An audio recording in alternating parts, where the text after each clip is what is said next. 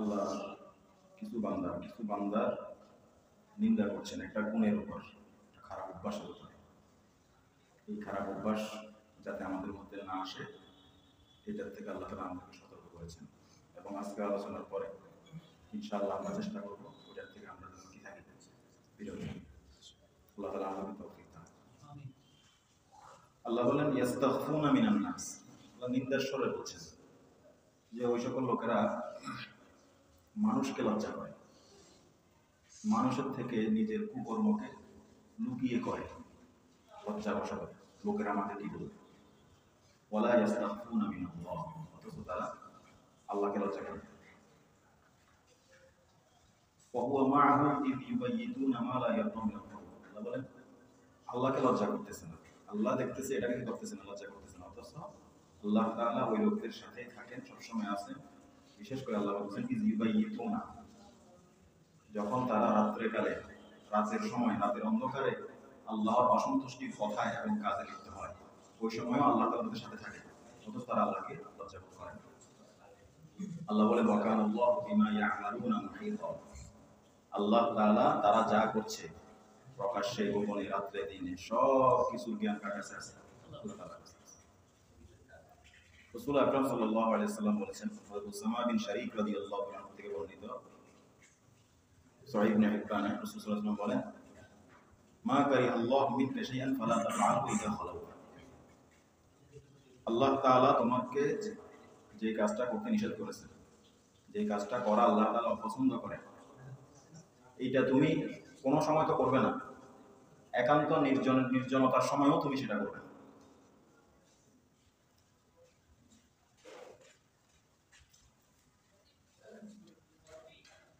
এই চিন্তাটা কোনো বদল হচ্ছে আচ্ছা, সুনান ইবনে মাজাতে হযরত সাওবান রাদিয়াল্লাহু তাআলা আনহু থেকে একটি হাদিস আসছে, রাসূলুল্লাহ বলেন লা আ'লামান্না আকওয়ামান মিন উম্মতি ইয়াতুনা ইয়াওমাল কিয়ামা বিহাসানাত, দেখেন গোপনে গুনাহ করা, মানে গোপন নির্জনতার সময় গুনাহকে গুনাহ জেনেও, সব কিছু জানা সত্ত্বেও দুনিয়ার সকল থেকে লুকিয়ে আপনি গুনাহ করছেন। এই ব্যাপারে সতর্ক কিভাবে করছেন রাসূলুল্লাহ আমাদেরকে? রাসূলুল্লাহ আ'লামান্না আকওয়ামান মিন উম্মতি, গোপন গুনাহ যে শুধু ভালো লোক, খারাপ লোক থেকে হয় এমন না। পাগড়িওয়ালা, দাড়িওয়ালা, ইমাম, খতিব সবাই এটা এই মুসিবতের মধ্যে আমরা গ্রেফতার, কেউ এই মুসিবতের বাইরে না। এই জন্য ফজর নামাজ যারা এখানে পড়েন, আমি মাঝে মধ্যে আজকের মজলিসের প্রথম মুখাতব হলে আমি নিজে, সব কথা কার জন্য? আমার জন্য। এটা আমি বলে রাখতেছি যে আমাদের যদি কারো কোনো বিশেষ হারাম গুনাহের সাথে সম্পর্ক থাকে, আল্লাহ তুমি সেটার থেকে বের হয়ে আসা তৌফিক দান করো। এক একজনের এক এক গুনাহ থাকে, কেউ হাতের গুনাহ, কেউ চোখের গুনাহ, বিশেষ করে চরিত্রের সাথে সম্পর্ক যে গুনাহগুলো আছে, এগুলো এক একজন এক এক ভাবে লিপ্ত আমরা, কেউ মোবাইলের গুনাহের সাথে। তো রাসূল সাল্লাল্লাহু আলাইহি সাল্লাম বলেন লা আ'লামান্না আকওয়ামান মিন উম্মতি ইয়াতুনা ইয়াওমাল কিয়ামা বিহাসানাত, আমি আমার উম্মতের এমন কিছু সম্প্রদায় সম্পর্কে, এমন কিছু লোক সম্পর্কে জানি যারা কিয়ামতের দিন নেকির পাহাড় নিয়ে আসবে, অনেক নেকি নিয়ে আসবে। কেমন নেকি? আমসালি জিবালি তিহামা তাবিদান, তিহামা একটা পাহাড়, বিশাল পাহাড়, তিহামা পাহাড়ের মতো স্বচ্ছ সাদা, তিহামা পাহাড়ের মতো বিশাল অঙ্কের আমল তারা আল্লাহর কাছে নিয়ে আসবে কিয়ামতের দিন। ফায়াজআলুহা আল্লাহু আযজা ওয়া জাল্লা হাবাআন মানসুরা, আল্লাহ তাআলা সেগুলোকে ধুলি কণার মতো উড়িয়ে দিবেন, সেই নেক আমলগুলোকে গ্রহণ করবেন। হযরত সাওবান রাদিয়াল্লাহু আনহু জিজ্ঞাসা করেন ইয়া রাসূলুল্লাহ সিফহুম জাল্লিহিম লানা, তাদের পরিচয় আমাদের কাছে স্পষ্ট করে বলেন। আল্লাহ নাকুনা মিনহুম ওয়া নাহনু লা না'লাম, যাতে আমরা আমাদের অজান্তে ওই সম্প্রদায়ের অন্তর্ভুক্ত না হয়ে যাই। রাসূল সাল্লাল্লাহু আলাইহি ওয়াসাল্লাম বলছেন আমা ইন্নাহুম ইখওয়ানুকুম ওয়া মিন জিলদাতিকুম, ওগুলা ওই সকল লোকেরা তোমাদেরই সম্প্রদায়ের লোক, তোমাদেরই ভাই, তারা মানে মুসলমান। ওয়া ইয়াখুদুনা মিনাল লাইল কামা তাখুদুনা, শুধু ভাই না, তোমাদের মতো তেমন না, বরং তোমাদের মতোই তারা রাতের বেলায় অনেক কি করে, ইবাদত করে। ওয়ালাকিন্নাহুম আকওয়ামুন ইযা খালাউ বিমাহারিমিল্লাহি ইনতাহাকুহা, তবে তারা যখন নির্জনে চলে যায়, তখন তারা আল্লাহর হারাম ঘোষণাকৃত কাজে তারা লিপ্ত হয়। সুনান ইবনে মাজাহ। আরেক হাদিসে আসছে রাসূলুল্লাহ সাল্লাল্লাহু আলাইহি ওয়াসাল্লাম বলেন, হযরত নওয়াস ইবনে সামআন রাদিয়াল্লাহু তাআলা আনহু বলেন, আমি রাসূলুল্লাহ সাল্লাল্লাহু আলাইহি ওয়াসাল্লামকে জিজ্ঞাসা করছি যে আল্লাহ তাআলা আমাদেরকে বীর তথা নেকির কাজে এগিয়ে আসতে বলছেন, তাআওয়ানু আলাল বিররি ওয়াত তাকওয়া ওয়ালা তাআওয়ানু আলাল ইসমি ওয়াল উদওয়ান, গুনাহের কাজে এগিয়ে আসবেন, একে অপরের সহযোগিতা করবেন। বীর কি? ইসম তো গুনাহ। নেকির কাজ কি? গুনাহের কাজ কি? রাসূলুল্লাহ সাল্লাল্লাহু আলাইহি ওয়াসাল্লাম বলছেন, আল বিররু হুসনুল খুলুক, নেক কাজ হলো উত্তম চরিত্র, স্বচ্ছ চরিত্র, যেই চরিত্রের মধ্যে কোনো কালেমা নাই, কোনো দাগ নেই, সুন্দর চরিত্র, কথায়, কাজে, আচরণে, সব দিক থেকে। ওয়াল ইসম, আর গুনাহ হলো মা হাকা ফি সাদরিকা, যে গুনাহ করবে বলে তুমি অন্তরে চিত্রায়ন করতেছো যে আমি এমন এমন গুনাহ করব, এবং এই গুনাহ কিভাবে গোপনে হয়, দুনিয়ার সকল থেকে একটা পিপিলিকাও যেন এই গুনাহ সম্পর্কে, আমার ঘরের জানালার পর্দার একটা সুতাও যেন সেটাকে জানতে না পারে, এটার সব আয়োজন তুমি করো। ওয়া কারিহতা আন ইয়াত্তারি আলাইহিন নাস, কোনো মানুষ যাতে সেটা না জানে, মানুষ জেনে ফেলবে, এটাকে তুমি কি করো? অপছন্দ করো। এটা হলো সবচেয়ে বড় গুনাহ। কোরআন কারিমে সূরা গাফিরের মধ্যে আয়াত আসছে, আল্লাহ তাআলা ইয়ালামু খাইনাতাল আ'ইন, আল্লাহ থেকে কোনো কিছু গোপন রাখা যায়।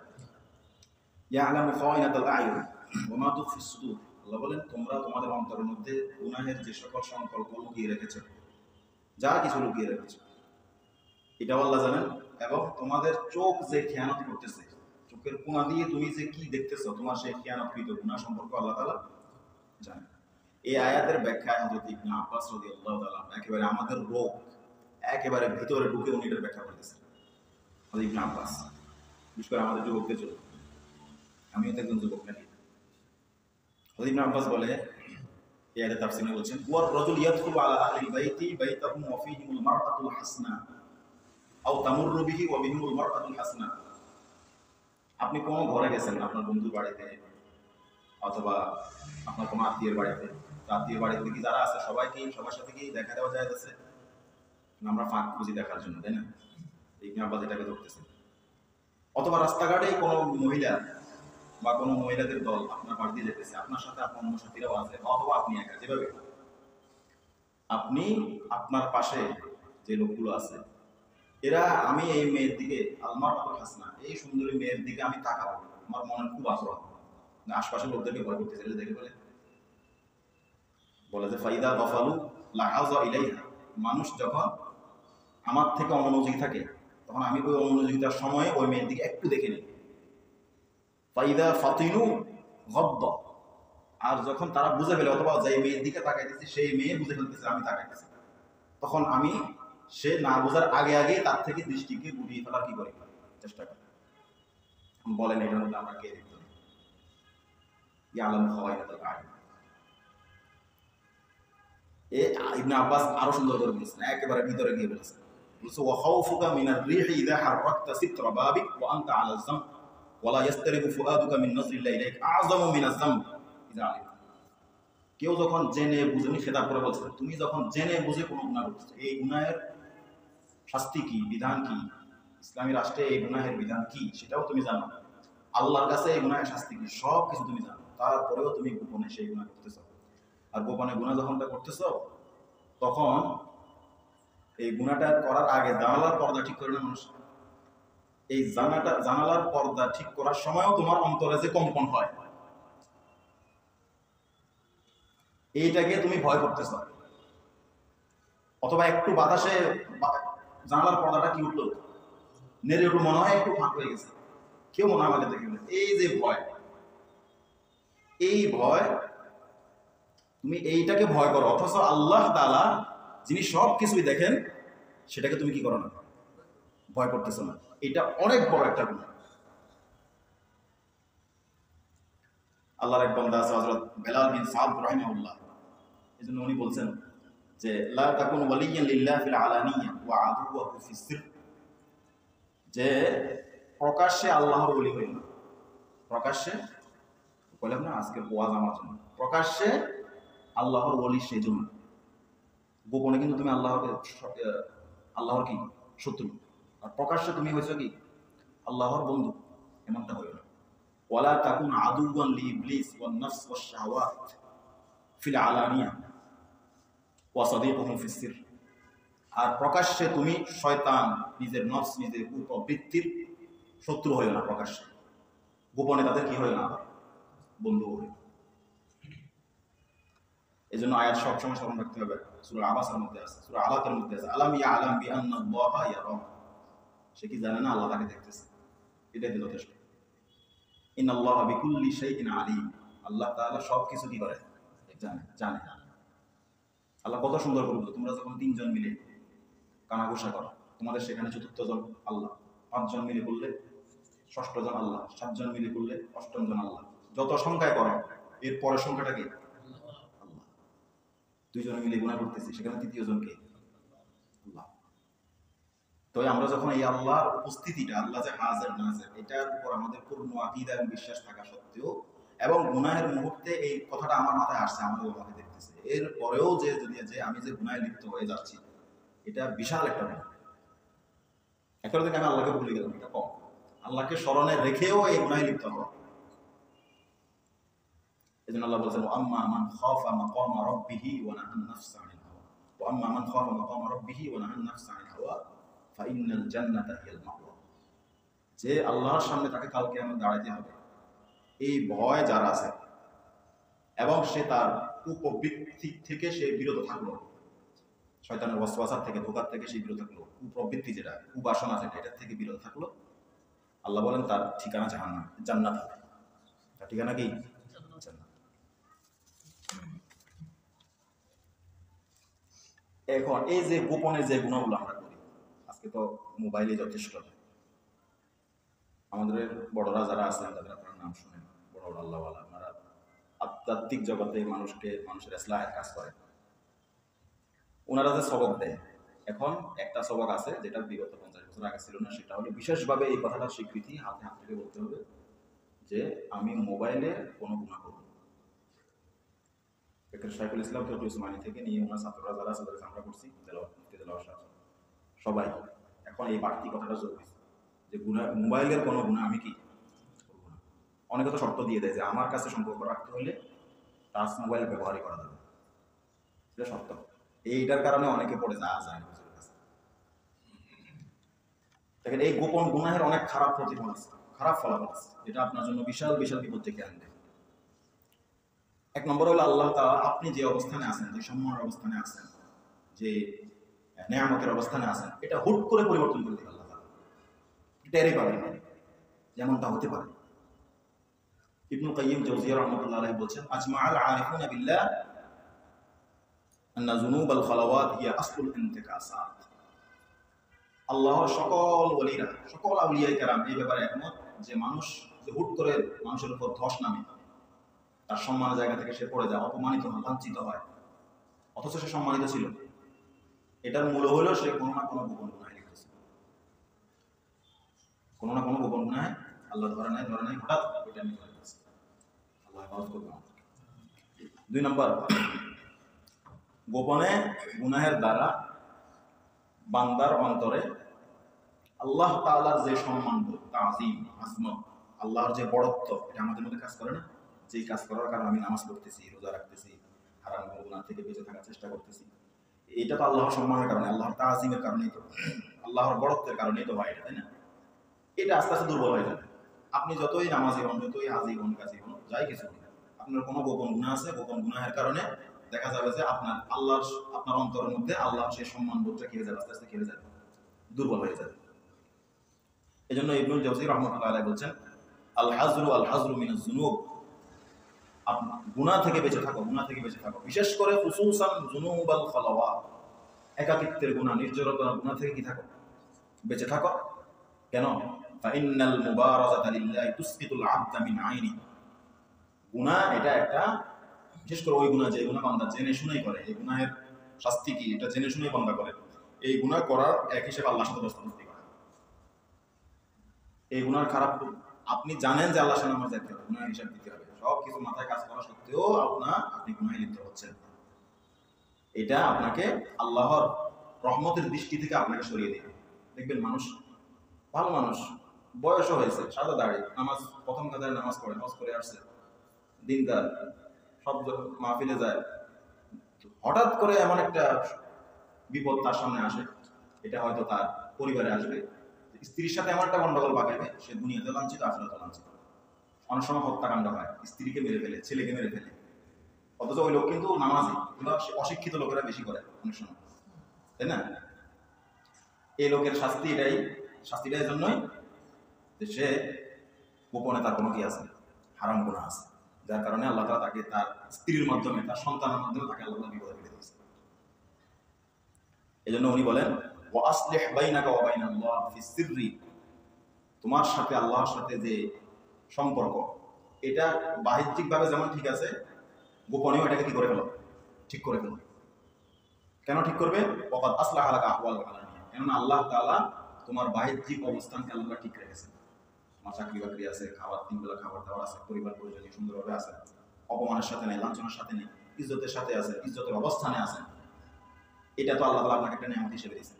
আল্লাহ তাআলা আপনাকে বাহ্যিকভাবে যেভাবে রাখছেন, আল্লাহর সাথে আপনার গোপন সম্পর্কেও আপনি কি হয়ে যান, ঠিক হয়ে যান। এটা না করা মানে হলো আল্লাহর সাথে কি করা, মুবারাজা যেটাকে বলতেছে, আল্লাহর সাথে একটা দস্তাদস্তি করা। আল্লাহ আরেক বান্দা বলেন, আখসারুল খাসিরিন, সবচেয়ে ক্ষতিগ্রস্ত ওই ব্যক্তি, মান আবদা লিন্নাসি সালিহা আমালি, যে মানুষের সামনে নেক আমল করে, বরং মানুষের সামনে নিজের নেক আমল প্রকাশ করে, তাকে লোকেরা ভালো বলবে, নেককার বলবে। অথচ ওয়াবারাজা বিল কবিহি মান হুয়া আকরাবু ইলাইহি মিন হাবলিল ওয়ারিদ, অথচ সে তার শাহরগের চাইতে ওর নিকটে যে সত্তা, তার সামনে সে খারাপ কাজ নিয়ে হাজির হয়। এই জন্য 2 নম্বর আল্লাহ গুনাহের দ্বারা বান্দার অন্তরে আল্লাহর যে সম্মান বোধ আছে, তাজিম আছে, এটা আস্তে আস্তে কি হতে পারে, কি হয়ে যায়, বিলুপ্ত হতে থাকে, কমতে থাকে, কমতে কমতে এক সময় সে তার দ্বারা বিশাল একটা হারাম গুনাহ, বিশাল একটা হত্যাকাণ্ড হয়ে যায়, বিশাল একটা কিছু ঘটে যাবে, যার কারণে সে দুনিয়াতে লাঞ্ছিত হবে, আখিরাতেও লাঞ্ছিত হবে। দেখা যাবে যে তার স্ত্রী তাকে ছেড়ে চলে গেছে, এটা লাঞ্ছনা না? তার স্ত্রী তাকে ছেড়ে চলে গেছে, তার ছেলেরা, সে তার ছেলেকে সব ধরনের হক দেওয়া সত্ত্বেও বৃদ্ধ বয়সে তার ছেলে তাকে ছেড়ে চলে গেছে, ঘর থেকে বের করে দিয়েছে, নামাজ পড়ে গেল। এমন কোন গুনাহ আছে যার কারণে আল্লাহ তাআলা পরিবারের সদস্যদেরকে আযাব বানিয়েছে, গোপন গুনাহের কারণে। আরেকটা সমস্যা হয়, এটা খুব জরুরি খেয়াল করা, সেটা হলো এই গোপন গুনাহের দ্বারা, যে কোনো গুনাহের দ্বারা, বিশেষ করে গোপন গুনাহের দ্বারা নেক কাজের তৌফিক কমে যায়। এটা আগের সাথে সম্পৃক্ত। দিনের কাজ আপনার দ্বারা আল্লাহ তাআলা নেবেন, ভালো কাজ আল্লাহ তাআলা আপনার দ্বারা নেবেন। হযরত রাসূলুল্লাহ সাল্লাল্লাহু আলাইহি ওয়াসাল্লাম এই ব্যাপারে একটা হাদিসে বলেছেন, লা ইয়াজিদু ফিল উমরি ইল্লাল বির, মানুষের হায়াত বাড়ে হলো নেক কাজের দ্বারা, বাড়ার দ্বারা উদ্দেশ্য হলো বরকত হয় হায়াতের মধ্যে। মানুষের হায়াতে বরকত হয় কিসের দ্বারা? নেক কাজের দ্বারা মানুষের হায়াতে বরকত হয়। ওয়ালা ইয়ারুদ্দুল কদরা ইল্লা দুআ, রাসূল বলেন আমাদের যে তাকদীর, এই তাকদীর আল্লাহ তাআলা অনেক সময় দোয়ার মাধ্যমে কি করে দেন, পরিবর্তন করে দেন। একটা বিপদ আমার নামে বরাদ্দ ছিল, আমি দোয়া করছি, আল্লাহ তাআলা ওটাকে কেটে দিয়েছে, এটা দোয়ার মাধ্যমে হবে। অন্যথায় দোয়ার কোনো অর্থ নাই। দোয়ার মাধ্যমে আমাদের কি পরিবর্তন হয়? তাকদীর যেটা আমার জন্য লেখা ছিল সেটা কিন্তু পরিবর্তন হয়। অন্যথায় তো দোয়ার কোনো অর্থ থাকবে না। আল্লাহ এটা করেন, আমাকে এটা দেন, আল্লাহ দিবেন না সেটা তো আগে থেকে, দিবেন কি দিবেন এটা তো আগে থেকে লেখা আছে, তাই না? দোয়ার মাধ্যমে তাকদীর পরিবর্তন না হয়, তার দোয়ার কোনো অর্থ থাকে না। এই জন্য রাসূল বলেন যে দোয়ার মাধ্যমে বান্দার তাকদীর পরিবর্তন হয়। এক সাহাবী রাসূলকে জিজ্ঞাসা করছেন যে আমি দোয়া করলে কি এটা হবে? তুমি দোয়া করার পরে যে হবে এটাই তাকদীর, দোয়া না করলে হবে না, এটাও কি তাকদীর। এই জন্য দোয়া করতে হবে কি হবে না? দোয়া করতে হবে। তাকদীরে তো এটাও লেখা থাকতে পারে যে তুমি দোয়া করলে আল্লাহ তাআলা তোমার প্রতি সন্তুষ্ট হবে, এরপরে এটা এই বিপদটা সরাই দিবে। মানে তাকদীরে এটা লেখা আছে যে এই বিপদটা তার থেকে যাবে কেমনে, সে যদি দোয়া করে, আর দোয়া না করলে কি করবে না, যাবে। এই জন্য দোয়া করতে হবে। দোয়া এটা তাকদীরের বিপরীত জিনিস না। আর যেটা উদ্দেশ্য আমাদের, ওয়া ইন্নার রাজুলা লা ইয়াহরুমুর রিজকা বিযামবি ইউসি, মানুষ রিজিক থেকে বঞ্চিত হয় গুনাহের কারণে। রিজিক থেকে বঞ্চিত হয় কিসের কারণে?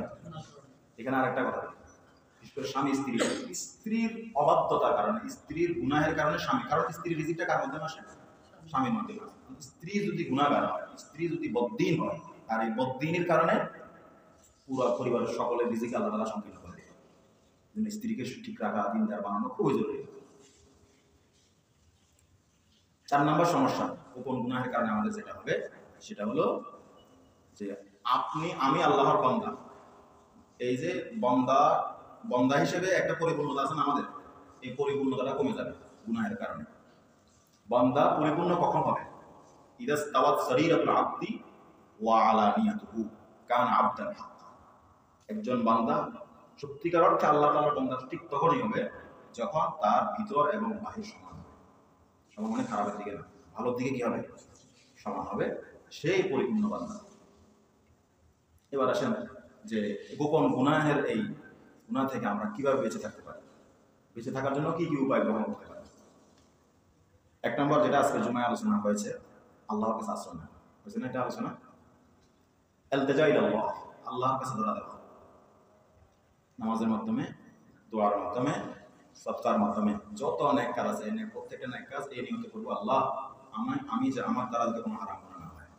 বিশেষ করে আপনার যেই গুনার সাথে আপনি সম্পৃক্ত আছেন, আপনি অভ্যস্ত হয়ে গেছেন, ইচ্ছা করেও সেটা থেকে আর বের হতে পারতেছেন না, আপনি অনেক চেষ্টা করেন, এর জন্য আপনাকে প্রথমে আল্লাহর কাছে দিতে হবে, ধরা দিতে হবে। 2 নম্বর হলো আপনার অন্তরকে পরিশুদ্ধ করতে হবে, পরিশুদ্ধ করার মেহনত করতে হবে। এই অন্তর পরিশুদ্ধ করার মেহনতটা এটা হওয়ার সবচেয়ে সহজ পন্থা হলো কোনো আল্লাহওয়ালার কাছে নিজেকে ধরা দেওয়া। আপনি নিজে একা পারবেন না, আপনার কাছে যেই ব্যক্তিকে আল্লাহওয়ালা মনে হয়, আল্লাহর ঘনিষ্ঠ মনে হয়, নেককার, মুত্তাকি, পরহেজগার, আলেম, ওলি, আল্লাহর ওলি মনে হয়, তার সাথে সম্পর্ক রাখা। এটা দ্বারা আপনার জন্য নিজের অন্তরকে পরিশুদ্ধ করা কি হয়ে যাবে? সহজ হয়ে যাবে। কদ আফলাহা মান যাক্কাহা, আল্লাহ বলেন যে আর অন্তরকে পরিশুদ্ধ করবে সে দুনিয়াতেও সফল, আখিরাতে কি সফল। 3 নম্বর সূরা হতে পারে প্রতিদিন মুরাকাবা করা। মুরাকাবা বুঝুন, ধ্যান। আল্লাহর সামনে যে আমাকে দাঁড়াইতে হবে, এটার একটা ধ্যান করা। মুহাসাবা বলতে পারেন, হিসাব করা, যে আজকে আমার দ্বারা কি কি গুনাহ হয়েছে। রাতে ঘুমানোর সময় একটু 5 মিনিট 2 মিনিট আজকে পুরো দিন আমি কি কি হারাম গুনাহ করেছি, এটার একটা হিসাব করা। এই হিসাবে যদি আপনি অভ্যস্ত হতে পারেন, আস্তে আস্তে আপনার গুনাহ কি যাবে, কমে যাবে, এবং আপনার দ্বারা বড় কোনো গুনাহ হবে না। 4 নম্বর হলো যিকরুল মউত, সর্বদা মৃত্যুকে স্মরণ করা। আকসিরু যিকরা হাযিমিল লাযযাতিল মউত, রাসূল সাল্লাল্লাহু আলাইহি ওয়াসাল্লাম বলেছেন তোমরা বেশি বেশি মৃত্যুকে স্মরণ করবে, কেননা এটা দুনিয়ার সকল স্বাদকে মিটিয়ে দিবে। দুনিয়ার কোনো স্বাদই গ্রহণ করতে মন চাইবে না, গুনাহ তো দুনিয়ার স্বাদ না। 5 নম্বর সেটা হলো তাকলিলুল খালাওয়াত, এই নির্জনের থাকাকে কমিয়ে দেওয়া, নির্জনে না থাকা। নির্জনে থাকলে যেহেতু আপনার দ্বারা গুনাহ হয়, নির্জনে থাকবেন না। যখনই কোনো গুনাহে আপনার একাকী আছে, গুনার কথা আপনার অন্তরে আসতেছে, তখন আপনি একাকিত্বকে বর্জন করবেন, মানুষের সাথে চলে যাবেন, বাইরে চলে যাবেন। আর আপনি যখন বাইরে যাওয়ার সময় না, তাইলে আপনার রুমে দরজা খোলা রাখবেন, কম্পিউটারে পাসওয়ার্ড ব্যবহার করবেন না, মোবাইলে পাসওয়ার্ড ব্যবহার করবেন না, জানালায় পর্দা দিবেন না, সবসময় খোলা রাখতে হবে। রাসূল সাল্লাল্লাহু আলাইহি ওয়াসাল্লাম হাদিসের মধ্যে বলছেন যে একা থাকাও ভালো না। একা থাকলে অনেক সময় একা থাকা ভালো না, একা থাকলে অনেক সময় গুনাহের কুমন্ত্রণা আসে অন্তরের মধ্যে। যদি ভালো বন্ধু থাকে তাহলে একা থাকার চাইতে ওই ভালো বন্ধুর সাথে সময় ব্যয় করা ভালো, উত্তম। আর যদি কারো ভালো বন্ধু নাই, তাহলে ওই খারাপ বন্ধুই আছে, তাহলে ওই খারাপ বন্ধুর সাথে সঙ্গ না দিয়ে একা থাকা কি উত্তম। এই জন্য আসুন আমরা যে নামাজ পড়ি, রোজা রাখি, আল্লাহকে মেনে চলার চেষ্টা করি, এটা সকলের সামনে যেমন নির্জনতা, একাকিত্ব, রুমের ভিতরে, কম্বলের নিচে, মোবাইলের সামনে, ল্যাপটপের সামনে, বন্ধুদের সাথে একাকিত্ব, যেখানে আমি থাকি সব সময় আমার পরিচয় একটা, সেটা হলো আমি কে? আল্লাহর বান্দা। আল্লাহ আমাকে দেখছেন, আমাকে আল্লাহর সামনে প্রত্যেকটা কাজের হিসাব দিতে হবে। এই জন্য ওই হাদিসটা আবার আপনাদেরকে শুনে শেষ করে দিচ্ছি। সেটা হলো রাসূল সাল্লাল্লাহু আলাইহি ওয়াসাল্লাম বলেছেন, মা কারিহাল্লাহু মিনকা শাইআন ফালা তাফআলু ইযা খালাওতা। যে কাজটা আল্লাহ পছন্দ করে সেটা তো কোনো সময় করবে না, গোপনেও কি। আল্লাহ তাআলা আমাদের ভিতর এবং বাহিরে